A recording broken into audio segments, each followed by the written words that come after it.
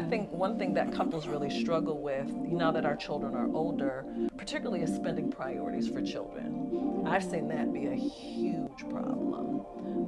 Just not being on the same page, certain people kind of sneak in doing things for children. Like, your children will ruin you financially if the two of you are not on the same page.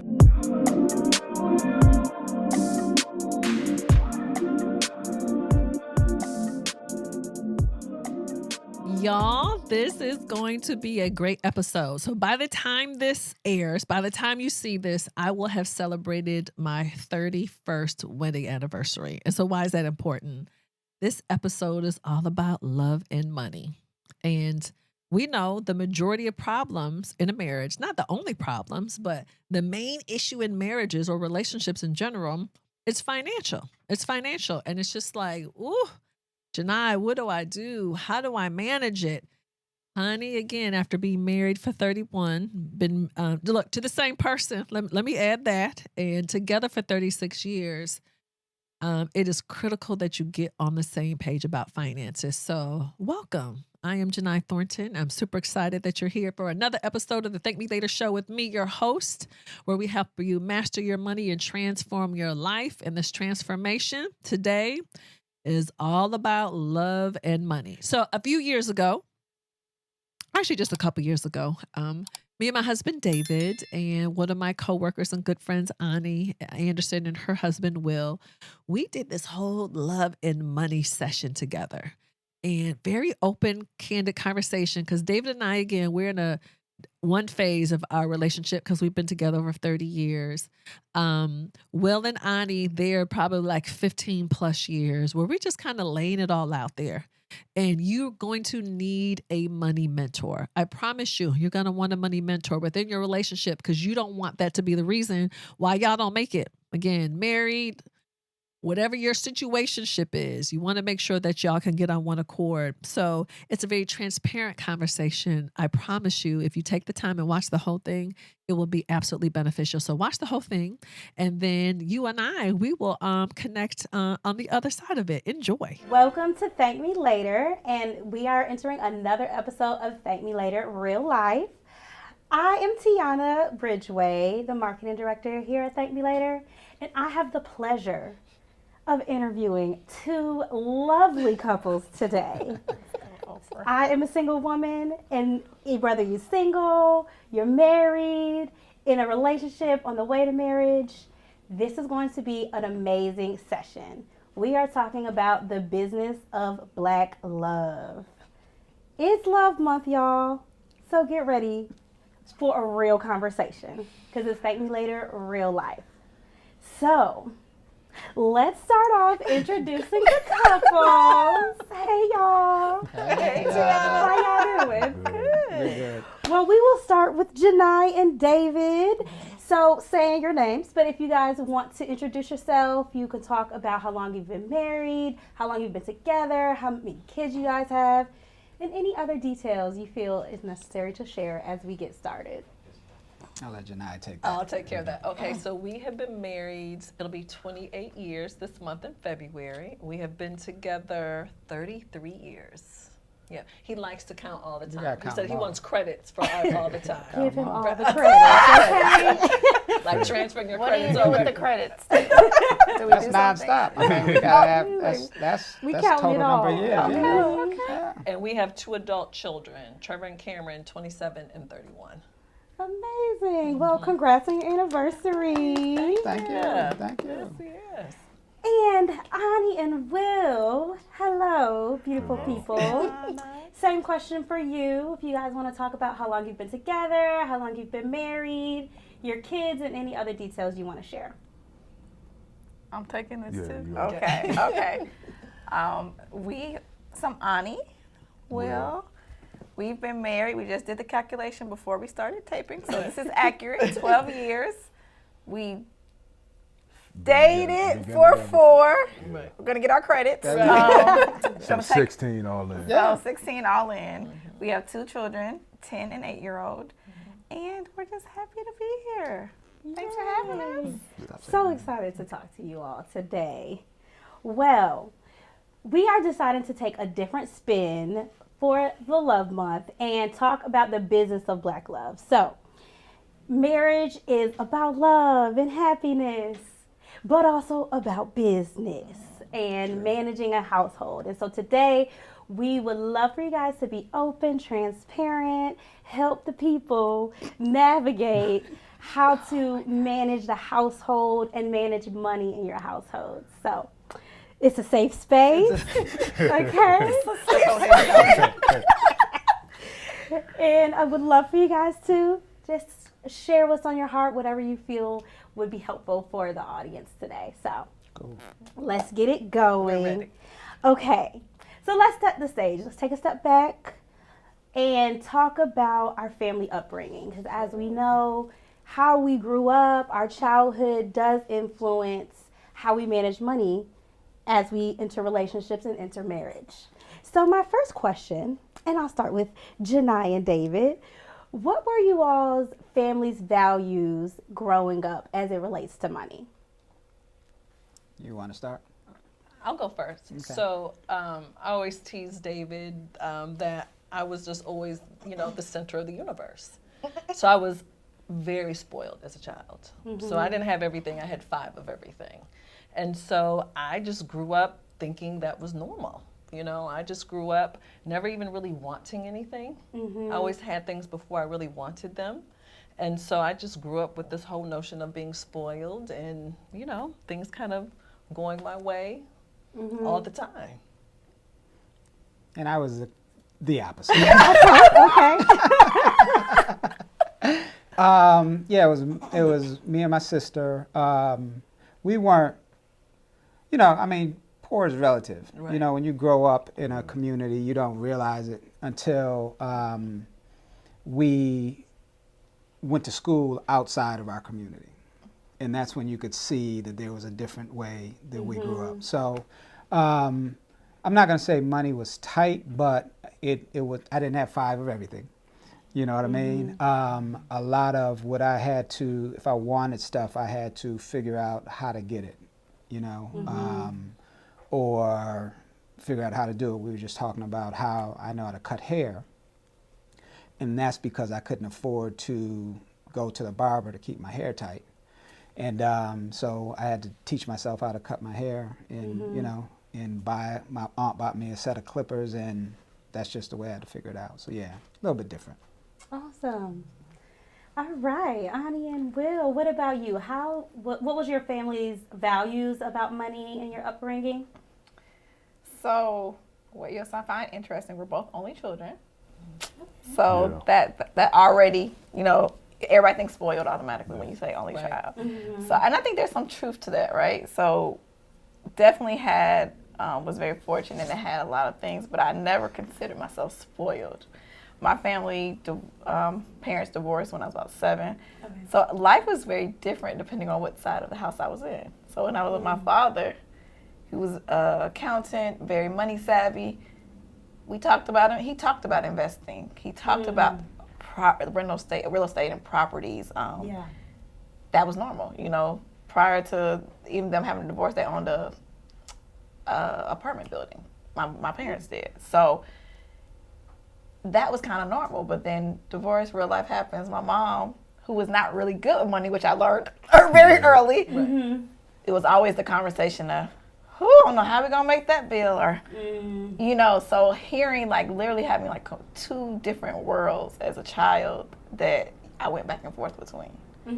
And so, I valued both. I was very, sensitive to the need of people as single mothers because I had a single mom. But then on the other side, I was more savvy because I have a dad who talked about investing and things like that very often. So I kind of got, I would say, the best of both worlds, really. Yeah. Very different. Very different. Yeah, so it's a little bit opposite for me. My parents have been married now for...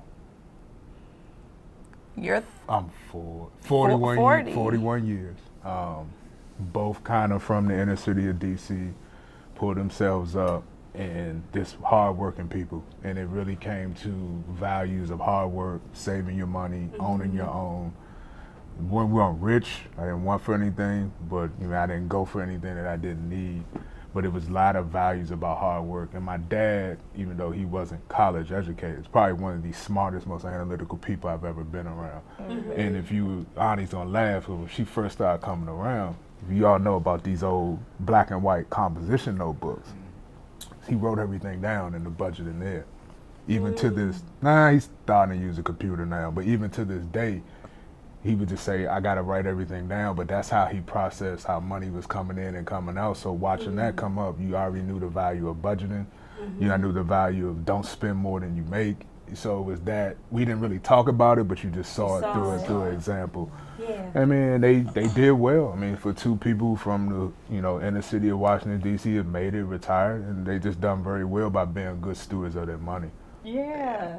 And that was a follow-up question. So how did your family values impact the beginning of you all's relationship as it relates to money? I'm going to take this one. Man, everybody's perception is their truth. I'm going to tell you. I just want to say that out loud. Before we get too deep. So I was worried. And I was worried, and she knows this, I was worried because of what she had to deal with and growing up. And her mother is such a strong figure in her life. So I was worried that she was going to bring that into what we were walking into, because I had stability, if you want to call it that, and she didn't have stability. So I was worried. I was like, man, we're going to fight about money, we're going to fight about this. But the good thing is we ain't had nothing. So like when you don't have nothing, what is there anything to fight about? So you got to learn how to build. So that was the saving grace. And we both value, and I say we're both very analytical, we both are money conscious. We wanted to live a certain life. But we didn't want to be poor living that lifestyle back. I mean, again, it's relative, so poor might not be the right word. We didn't want to have certain resources to live a life. And we wanted a family. And at some point you want your next generation to be better than the generation that you're at now. Right. And we really, at first, we didn't think about generational wealth. Now we're starting to think about that, but it was important that we weren't going to take all the resources so we can live this lavish lifestyle. I don't know if you want to add anything. What he says, was just interesting, but he did think that because of the perfect example, or I guess, or analogy I can give you, Waiting to Exhale, Angela Bassett's role. That is almost how I viewed my mom. So if that gives you any, we talking about the car burning up? Not the car. That's where my mind went. Oh my gosh, I wasn't ready. Okay, I would say more loyalty. No, but more the help start the business. Yeah. Okay. So my mom helped my dad start his business. My mom only worked part-time, but kept the health benefits for our family while they were starting the business.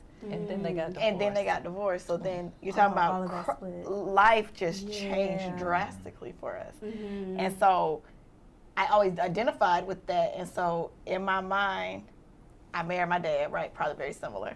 I wouldn't say that. I think they're similar. Right. But I was just, I do think that some of those things were concerns. And I think that's, that came out in our pre-counseling, which was talking about money, like how we were going to handle it, how we were going to split things. And so that definitely was a conversation. And I think the only biggest thing and he swears he does not remember this. My friends used to talk about me so bad. We're going there? Yes. I told him I wasn't marrying him till he got that credit card debt. I was like, listen, sir, it wasn't even that much, y'all. It probably was like $2,000. And if I laugh at it, it's funny now, like maybe $3,000. It wasn't even that much. But he was living, he had just got out of school, going back home, had a full-time job. He didn't have any real bills. I'm like, homie, you can pay this off if you were serious about it. It's called living life. It's called I was adamant about it. I was like, you need to figure that out. So those were some of the conversations, and they were like, you are just ridiculous, right? She was dead serious. But I was serious. Because I didn't know. All I had was school loans, and we both knew we had that. So I kind of knew what we were going in with that. I didn't even have a car. Neither one of us had a car note at that time. No. We didn't have car notes. So I was thinking about those things, but I think it was because of my father's influence why I was thinking about those things. Gotcha. So, yeah. Awesome. What about you all? I forgot the question. It's just funny to hear them even talk about pre-planning and like people do that. People do that? What? Y'all just don't have kids and then There you go. So clearly you guys took another route.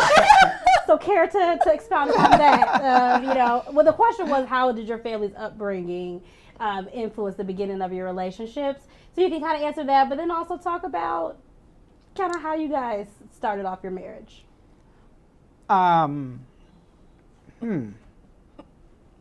You know, no, it's really, like I said, we came up in two different ways. Her mother, if she didn't have it, her mother was going to save her. You know what I mean? And I didn't have that. There was no safety net. So that took us a while to kind of get used to. Neither one of us were like really big spenders. Well, you're not laying the proper background Okay, and go ahead. context that we had children first. Yeah, So we started our relationship under a significant amount of duress and stress. yeah. So a lot of people get to finish college and you start working and you're planning your family. We had our first child in college. 4 years later, we had another baby. Then we got married. We weren't living life well. There was no life. We were buying diapers. Yeah, I was living a different life. And Different formula life. and Yeah. Adulting Yeah. for sure. We were Yeah. adulting, so For we real. started off in the red, and we started out under a lot of stress, which we didn't have enough. You talk about being married and not have enough. Not only did we not have enough, we had 2 kids, so it was stressful as hell. And we, you know, with 2 kids, we still wanted to make sure that they lived a certain, you know, life. Right. Thanks to Jini, you know, our kids always went to private school. We had to figure it out, so we always put our kids first. So, yeah. And I think the adjustment for me was I never knew what it was to want something until this part of my life. Because I had always had everything. So now it's like we have to wait and we have to talk about stuff. It didn't make any sense to me. And so growing up in a household of a single mom, you know, my mom was ultra independent, adopted me and my brother. She was never married. So I never saw people talk about money. My mother did what she when she wanted to. So I'm thinking that's how I move. Right. So he was trying to have more collaboration. I was just like, why we got to do it this way? I was just used to doing things my way. And not that we didn't talk about much about money in our household, except the fact that we didn't have. We didn't have any. That was a conversation. That was a Like, topic, nah, right. can't do that. Yeah, you can't do that. Or figure out how to get the money. How to get more money. Right. You know I what think I that was mean? probably more. That about that it. was more of the conversation. Yeah. Is if I How wanted do we? something, I had to figure out How do we? how Yeah. to, you know, get money. So that was more the way Yeah. I grew up. So we was not suggest doing things in this order. Yeah. No. Gotcha. Noted. Question for you all. So you mentioned that you all didn't have the same upbringing. How did you guys get on the same financial page? And do you have any advice for couples who may have different upbringings and they're not quite on the same page? What were some of the tactical things that you all did to kind of get in alignment? Like Will mentioned earlier, it took us a while. Because I was used to joke with my friends, you know, you only argue in marriage about a few things, and money is like almost number one, you know. So it took us a while to figure it out. I will tell you that we're a little bit more comfortable now, so we don't have, you know, many money issues or whatever, not really any. But what we did is, for the most part, I think what helped us is we both kept our own separate checking accounts, or we had our own pots that we could spend from. Because if she was spending from my pot, oh, we never would have. That never would have worked. So I had bills that I paid. She had bills that she paid. We had our own pots, and then we had a pot together. So I think that helped us. That helped us a lot. And then, for the most part, we were kind of on the same page as far as staying focused on what really What was matters, important. what was important. Right, You we're know, definitely she on the wasn't same going. page. She spent more, but it wasn't way out of line. We're not really that. You know what I mean? So I think that helped a lot. But it took a while for us to kind of get on the same page. But having our own separate pots of money helps a lot. Did you always do that in the beginning? Was that from day one? Yeah, that was from day one. That was from day one. Because we were new at this. And Go ahead, tell the truth, man. nah, we were new at this, and I was like, it's working, but it might not work. Right. Grab and go. Hey, Just based on, I think, how our relationship started and how much stress we were under, we would always have this joke on our anniversary. Where we would go to dinner together. We'd be like, so are we gonna stay together? we'd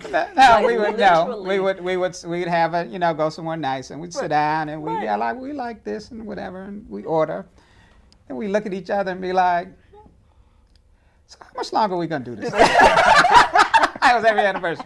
Yeah. Literally at our anniversary, and we did this for years. Oh my goodness. But yeah, we were under so much stress. But I think not having money helped us get on the same page. Definitely, because we had to work So when we together started as a making team. money, we Yeah. were already in a rhythm. Yeah. So versus it kind of being the opposite way. agree. So Yeah. I think we've been in alignment for the most part. Yeah. There's certain things that he likes, there's certain things that I like, but we're not like on the two different ends of the spectrum. I think one thing that couples really struggle with, now that our children are older, particularly is spending priorities for children. I've seen that be a huge problem. Just not being on the same page, certain people kind of sneak in doing things for children. Like your children will ruin you financially if the two of you are not on the same page. Yeah. They will spend, particularly as they get older too, when they're articulating what they want, and as they get older, they get more expensive. So I think that hasn't been an issue for us. No. Yeah, so I think those are, kids come second. You two have to work as a unit together financially and never let your kids come in the middle of that. I think you all said something important. Not that when you do get married or in a relationship, when you're more established, it can be more problems. But you think about anything, if you're able to build and create it together, you probably have more incentive to make it work, because the benefits That's a good point. going to be better at the end if you kind of came in established. I mean, we know people that have gotten in relationships or married later in life, and they were a little bit more established. And they've struggled a little bit because they've been on their own for a while. How do we combine? But when you're younger or early out and trying to build, you can kind of work toward the same common goal. That's true. Because you can't really fight about Yeah, you nothing can't fight when it's about zero. nothing, Right. We were talking about when we first moved to the house. And like we were talking about, you had this whole plan. Yeah, we can afford that mortgage. It's like what our rent was, And then everything. Oh, we need new light fixtures. Oh, they took out the appliances, and we're like, oh, it's just adding up right now. Money is burning. And he's like, yeah, I remember you were going out of town, and I had $20-something in my account. And he's like, we'll go eat. I was like, yeah, that was real. Make it stretch. Make it stretch. But like David and Jini, we always had. That was something that came in our pre-counseling, though, and I remember this distinctly because we had a joint account. I recommended a joint and two separate. And he's like, no, just put all in one. That's what my parents did everything together. And so that came up. Everything goes in one. I was like, again, Angela Bassett, y'all don't think where I'm coming from. Right. I need to have a little pot. Like, I'm down for the middle pot, but I need to have, I need to have this pot. I agree 100% as we're going through it. I think everybody should have a pot that they should be able to do whatever they want to do with. Because as an adult, you do not want to feel like you have to ask for permission. have to If ask. you want to get some shoes, get them. You work every day. Especially if you work, or whatever you build and creating, you shouldn't have to ask permission For to do what you want to do everything. for something. I think that is critical. Yeah. So I appreciate that he got on board because he was not originally on board, but then he was like, oh, this works. If I want to blow something, I don't got to talk to you about, Exactly. $20 or whatever being out the Not account. being grown. Yeah. Exactly. And speaking of the pots, how did you all distribute what went in the joint pot, what went in your own pot, That's a good question. your individual pots? Is it something that changed over time? We arbitrary, so I think we just picked a number. And it haven't really changed. Like, I think we looked at. We get the last of the pot. Let me say that the individual Let me counts take that less. back. It wasn't arbitrary. We did pick a percentage at the time of what we needed, how we could live individually. Okay. Now, as income has grown, our separate pots have not grown, if that makes That's sense. true. So anytime you get more income or something, it goes into the house pot, and you still figure out how to live off whatever you allocated yourself early on. Trying to stick to the vision of the family. Yeah. The Anderson vision of what life needs to be at, which means more money needs to go in the middle pot for us to continue that vision that we have for our family. So, But to your point, Tiana, I think that changes because I know now that we don't have any children at home, we're in a different stage of our life. Like we're really focused on different things financially now. So it's like, okay, now our priority is like retirement. Where before we couldn't put ourselves first before, you know, everything else with the household, everything else with the kids. So now that we're done with that and we've put kids through college, like we're like high fiving like right now. But this is the first time because we started our adult life having children. You know, I was 21, he was 23 when our first son was born. So it took this long for us to have our own money ever for the first time because we started our adult lives never ever having it just being us and the money is just all for us. So that was an adjustment too, just like, man, it's a wonderful adjustment. yeah, we Yeah. don't have to Oh, it's share nice with now. them. Oh Hey. yeah. Yeah. Try to get there. And we cut, that's why I don't think we had an issue cutting our kids off because a lot of parents have an issue with that. Like, no, dude, like y'all done had enough. Like, this is ours now. Like, y'all go figure it out. Love that. Yes, that's awesome. And Jini, you mentioned that spending habits, especially as it relates to kids, is one of the reasons that you see couples fight about money. This is a general question for everybody. In your opinion, may it relate to your relationship or what you've seen? Like, what are some of the other reasons why people fight about money in relationships? Ego. Ego. We were talking earlier. We both are in the same profession. And when you have two type A persons that are always leaders, that's one thing that can get. When you come home, somebody doesn't have to be the leader all the time. So somebody's ego is going to be bruised. So if you don't check your feelings at the door and realize what you're strong at or the other person's strong, that's one thing of just having that ego and not realizing you have to be on all the time. I think people don't know how to change within the relationship, like Will is saying. Like, there's a time when it's like lovey-dovey couple, and it's like, okay, now it's business time. So being able to transition, so you're bringing that emotional stuff into the business stuff, the part of what you should be talking about or dealing with, and you can't mix it that way. They're separate. So yeah, you have to be able to keep it separate. But I think a lot of people have, can't compartmentalize that way. And just poor communication. That's Really Gotta have what that it transparency. to me, like, if you're a bad communicator, It's not going to work.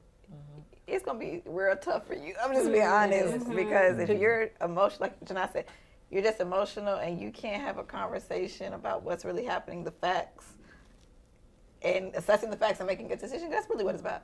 These are the facts.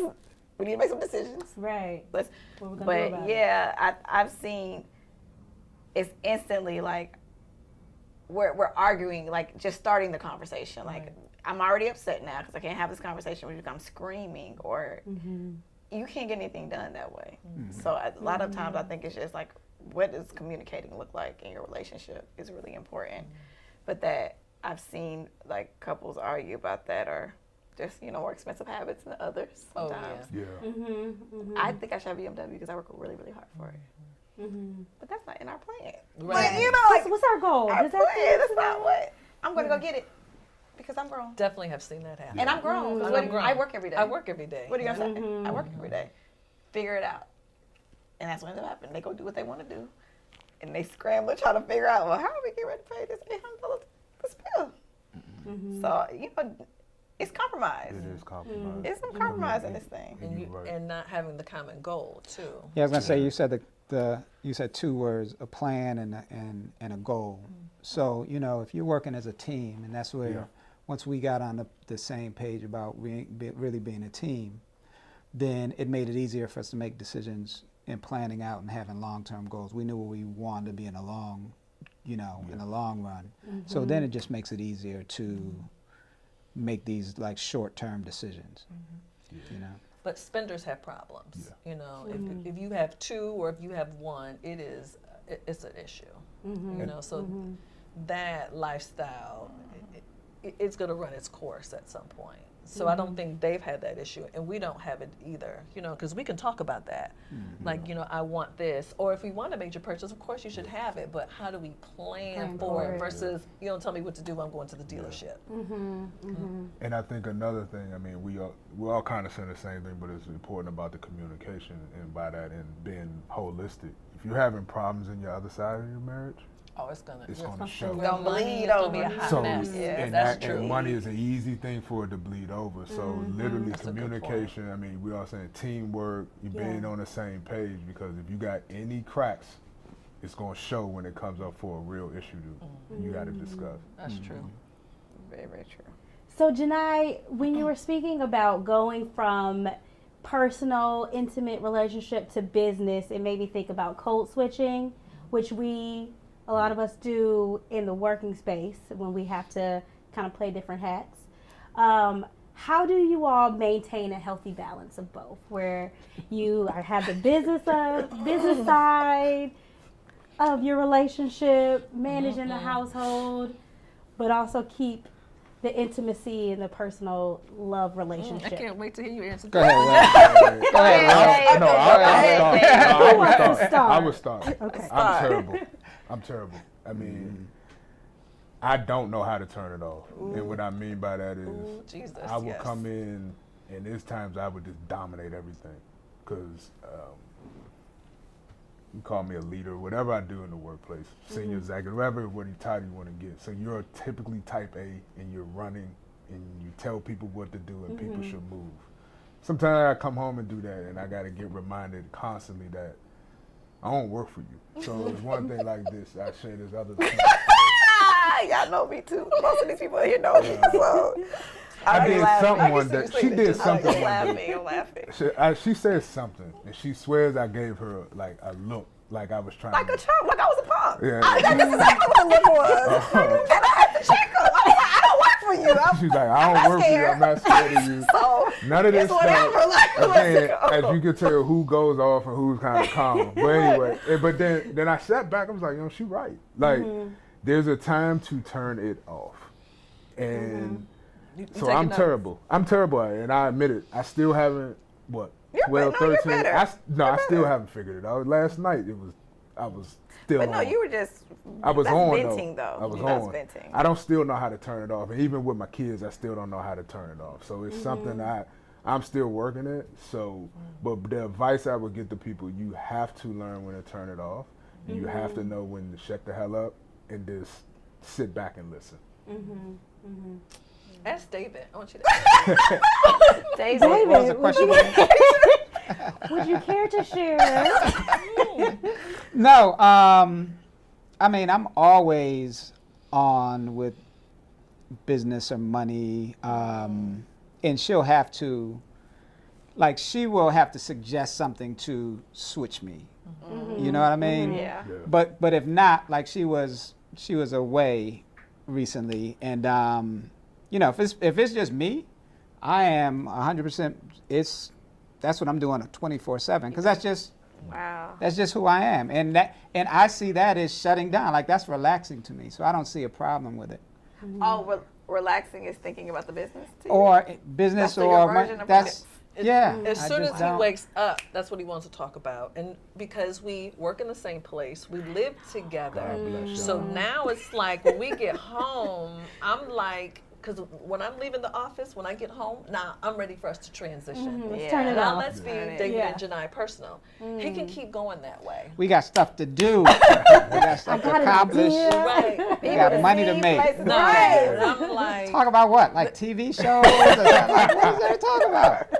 and so obviously money's important, and but it cannot be the only thing that you all are talking about in a relationship. You know, I think the thing now, why I don't turn it off as much now. But when we had children, Oh, we had a distraction. Yeah, that's You true. know what I mean? That's So no. true. That's very So this true. is That like is what true. this is where I am now. Right. But That's fair. when we had kids in the house, there was there were so many other things to do To do, right. and focus on that. Yeah, I could switch. I could, intimacy might have been like last on the list. Right. You know what I mean? But it was either money, then the kids have to do. Then like, oh yeah, then I do have a wife. Hey, what you want to talk about? I do have a wife, but now the kids are gone, and it is. It's like, Can we have just a little balance? yeah, I'm working on it. Balance. Switching gears a little bit, so going with the theme of the business of Black love, thinking C-suite positions. So you have a CEO, a CFO, a COO, and at a high level, CEO sets vision, CFO manages the finances, oversees that, and then COO manages the operations. So with that lens, what positions have you all played in your relationships over time? I just live in my house. Whatever. I just So live extra. I don't make no decisions. I just live there. He said, I "None of have the been above." all three, and I think he has two more recently. So, like operational, like COVID has changed a lot of things, y'all. Right. Like that's one thing, but like again, travel. I do no travel arrangements or nobody in our house. Like what I need COO, when I leave, like I pack a bag and I'm leaving.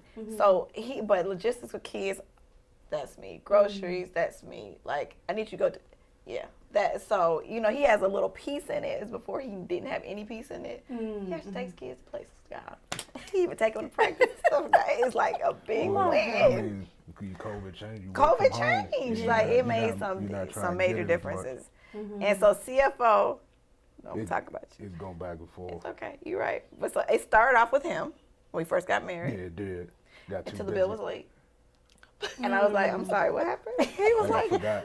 I was so busy. I was like, you were busy and you paid the bill. Like, I was done. I was like, you have no I longer forgot. no responsibility of this. Like, yeah. And then I became the Nazi because I'm like, what are you spending on this credit card? Stop saying because when I get laser focused, y'all, I am laser focused. So I'm sure I drove him crazy, Yeah, but you did. it also it was discipline though that you probably didn't have back then. Like that's one thing I would say. I've given him more discipline because I'm not probably as bad as David, but like, listen, the goal starts with action, sir. Like, this is not the goal here. Like we're running away from the goal. So, and then life started. Career changes, things like that have changed, and then he'd be like, "You're struggling. I got you." So then he would pull back take back the finances, and that's where we've been in this space right now, where he is leading, and we have the conversations about what's going on. And CEO, I would still say that I probably have the overall arching of the CEO vision of where, like, I was looking at like $700,000 houses when I made $60,000, and he would be like, "But why?" Because I was like, "I'm gonna be able to afford this one day. I don't know about you. I don't know what you're gonna be doing, but I'm gonna be able to afford this house." Like, and I would just look at that. Like, I did that young, and I didn't have the money, but in my mind, I'm gonna have that. I'm gonna have real estate. And I still don't have all the things that I would like, but I know that at some point I will. And I truly believe that. And so, like, what we see for our kids and the investing and, 529, but, like, I'm more open. Okay, let's be a little strategic. Yeah, maybe do 529, but let's do the brokerage too. Let's do. So he will rock with me because I'm gonna have some ideas. We'll go flow. Like, what you think? You think that's crazy? You think that, like, he's like, okay. That sounds good, so he goes with it, but we talk about it. Yeah, I see it a little bit different. I joke about I lived it. I don't know if I should put titles on what we do. Because I think that limits kind of the discussions we had. Because I've never looked at like who does what. It's always been let's talk about it, or at times we're going to make the decision that's best for us if you're not going to get to me, and that's the trust level. So I don't really look at the titles. I mean, I kind of budget out and plan out and forecast out, but I'm not doing it in a silo. I'll go talk to her. Right. Yeah. Or, she doesn't run out and say, I'm going to do this for the house. I'm just going to go do it. We'll talk about it. So to me, I don't really look at it as roles. It's more of a collaboration. That's fair. I like that. I like that too. Yeah. when I heard Will just say that, he said the word trust. And I'm like, if you don't have that when it comes to money, it's not going to work.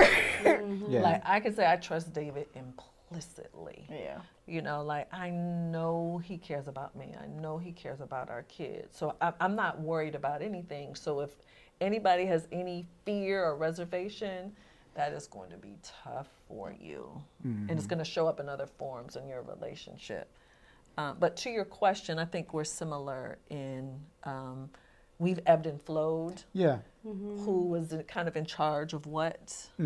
And, you know, depending on, for those who are new to a relationship, you know, life takes you through Different phases. different phases. Sometimes she's up, Yeah. Yeah. sometimes I'm up, sometimes. So those roles are really Have to be fluid. fluid, yeah. Yeah. You know, it really depends. There's some areas where she's stronger, and I lean on her, and there's certain areas where I am. But if things change, we kind of adjust Just kinda as it keep goes. going. Yeah. But we've Yeah. been under a lot of pressure, so I think we're able to kind of flow that way. Okay, the ball is yours now. Now the ball Yeah, is mine. yeah, and that's one thing. And you all have been together for a while, so you know it does. It flows. So I think that's very important again. And I use the word, you got on this right. You got to get out your own head when you're in a relationship. Oh, yeah. You got to get out. If I'm carrying this, it's not, you're not carrying it. This is your moment to do something. We've talked about this over the past couple of years. That's Like, major. That's very major. That's major. it might have been my time now or before, but it's going to be a time when it ain't going to be me. It's going to be her. But it's still the success of the household. So you just have to really, and you said it, like, you have to understand your strengths and your weaknesses and play to it. I love that. Yes. So another question, how do you all handle business in your household? So like the tactical, your money meetings, how often are you having those? How do you all handle paying bills? Those type of things. If there's people in our community who are struggling, maybe getting on the same page, what are some tactical ways that you guys would recommend of handling business in the household? We, from a Bill's perspective, there's certain things that he'll take care of and there's certain things that I take care of. I'm more lead on things like taxes, retirement. We probably handle the investment stuff equally together. So we have scheduled calls, you know, with investment advisors where we do that together, you know, getting on a cadence. But what else? Logistically, things I probably take more of the lead on the insurance. yeah, and but basically, you know, the way we handle it is we have scheduled money meetings where we schedule time to discuss, you know, what's going on in our lives, where we're trying to go, you know, what our future looks like, current, present, you know what I mean? So I think that's a key. That's huge. Yeah. I was telling a young producer that is in a new relationship that it's really important to take that time to allocate towards business. Because, I mean, a marriage is a business. You know what I mean? So we make sure that we schedule that often. And if we don't, then we do have time where we'll get back on track. But even, again, talking to the outside people, we do that together, though. So, Ani and Will, what about you? How do you all manage money in the household in a tactical way? Like, how frequent are your money meetings? We're How not do you as good approach as that? them. No, we're not. We're not there yet. Supposed to be weekly. It's supposed to be weekly. It is a catch me. Yeah. I'm like, dog, I'm eating. Can we talk about that? Can you come in for a second? So I'm thinking it's real serious. So this is what I'm thinking. Like, so we're going to do it right now in the middle of my dinner? Like, so. And you also talking to me when I don't want, and I'm actually in a mode. We that I'm have not it thinking on, about it's anything. supposed to be Sunday. Sundays, yeah. And for some reason, something always comes up. So we're talking about how we switch that because it also is like a calendar look of the week. Like, Yeah. this week has been, we were like, we don't know what's going on with people. I need to go to work. And he was like, but you got to go in today? I was like, yeah. So we are still figuring out. I think we're also in disruption too of life right now for us. If we're honest, like just a lot of other things going on. Moving pieces. And so we're a little distracted. But what I would say is, you to David's point and Janai's point, you got to sit down early on and figure out who's strong and what, and get on the same page.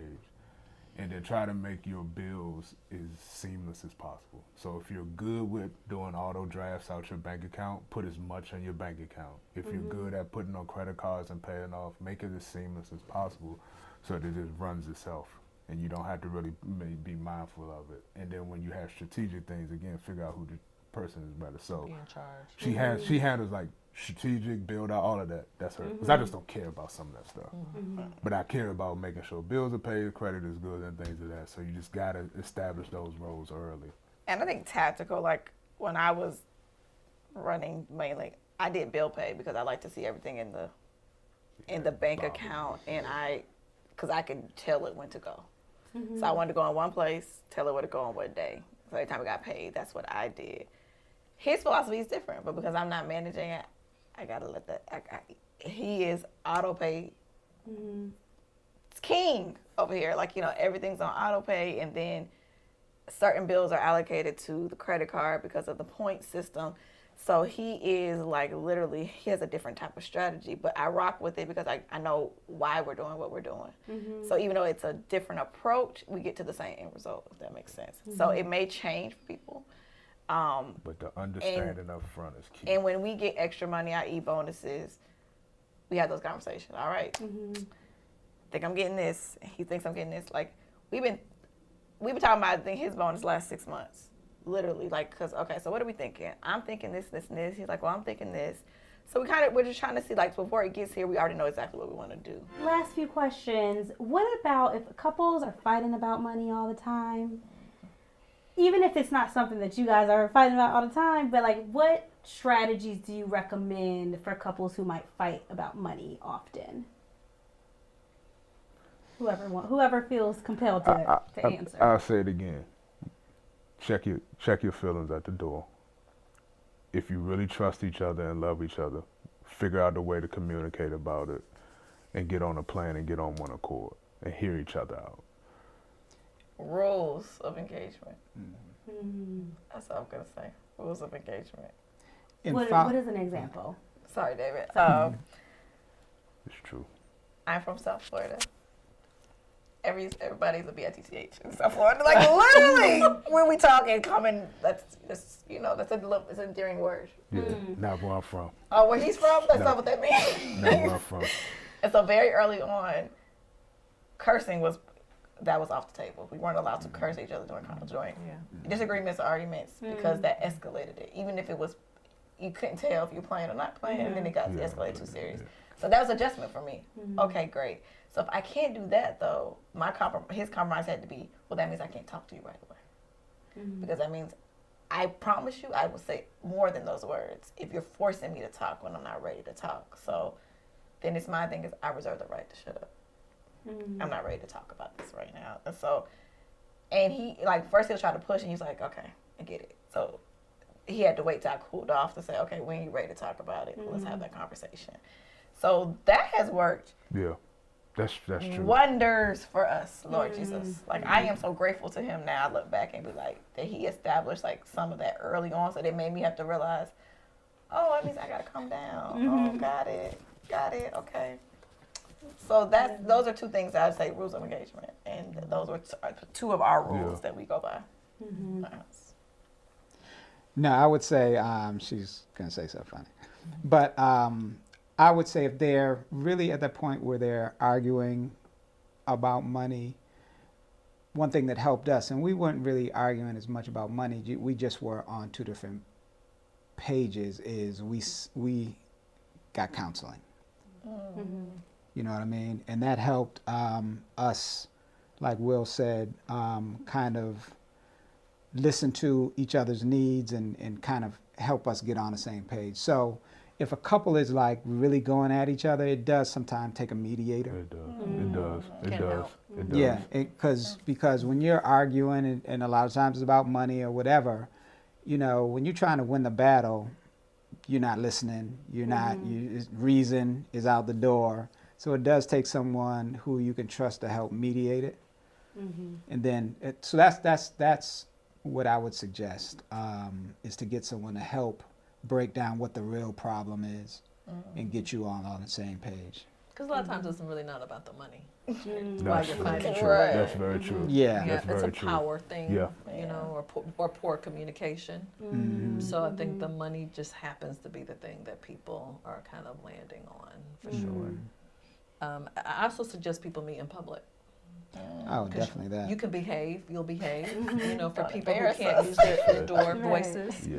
But we have that same rule about raising voices and profanity, like it's not allowed. So at least we know how to, we have a way that we have conflict, but Yeah. it's very calm and, you know, reasonable. So I think you have to have those rules that that now impact how you talk about money as well. But that has to be your rules, period. Yeah. though. Right. Agreed. Yeah. Agreed. Wonderful. Well, thank you guys for being so open and sharing. I've learned so much. I want to see, do you all have any final advice, anything else to say about this topic of the business of Black love before we close out? No, I would just say that couples need to make it a priority. Yeah. That's good. Because like you said, life takes you through ups and downs and really challenging periods. So you need to, it makes it easier to get through those periods when you're financially in a different position, you know. So it is important to put business or your finances or money, you know, put a priority on, make it a priority, because it'll make it easier when things happen. Things happen, you know. So that's a suggestion I would make. I would say two things: be flexible and never stop innovating. If you think about any society or any business, what crumbled it? Lack of innovation, lack of changing with times. It's the same thing with the marriage. And it's like life happens, things happen. You got to be flexible and always think of ways to innovate and get better. I say look at yourself, because a lot of times you're pointing fingers at your spouse or your mate, and it's really you probably. So I think that self-evaluation has to happen first. Know So thyself. get yourself together, and then, you know, work things out with your mate secondly. Yeah. Okay.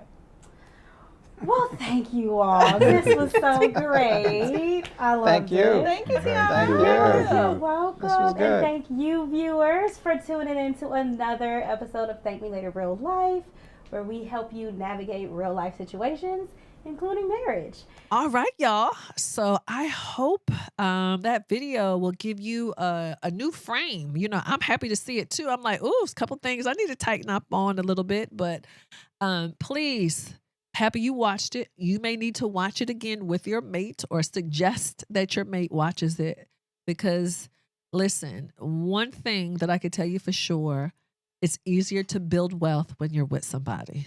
Okay. So I want you to be really intentional about it. Thank you for committing that time. I want your money to evolve. I want your marriage, your relationship to evolve. So thank you. Thank you for tuning in today for another episode of the Thank Me Later show with me, your host, Jini Thornton. And I have a couple resources for you before I go. I was getting ready to get right on out of here. So if you go to thankmelatermoney.com, we have an amazing guide. We have a couples money guide. It will be great. It'll be a great way for you to start having some good conversations with your mate. Depending upon where you are, you might be able to do it at home. Some of y'all might need to go in public and do it just to make sure you're on your best behavior. Me and my husband had to start in public first because that at home just wasn't working. Y'all know what I'm talking about.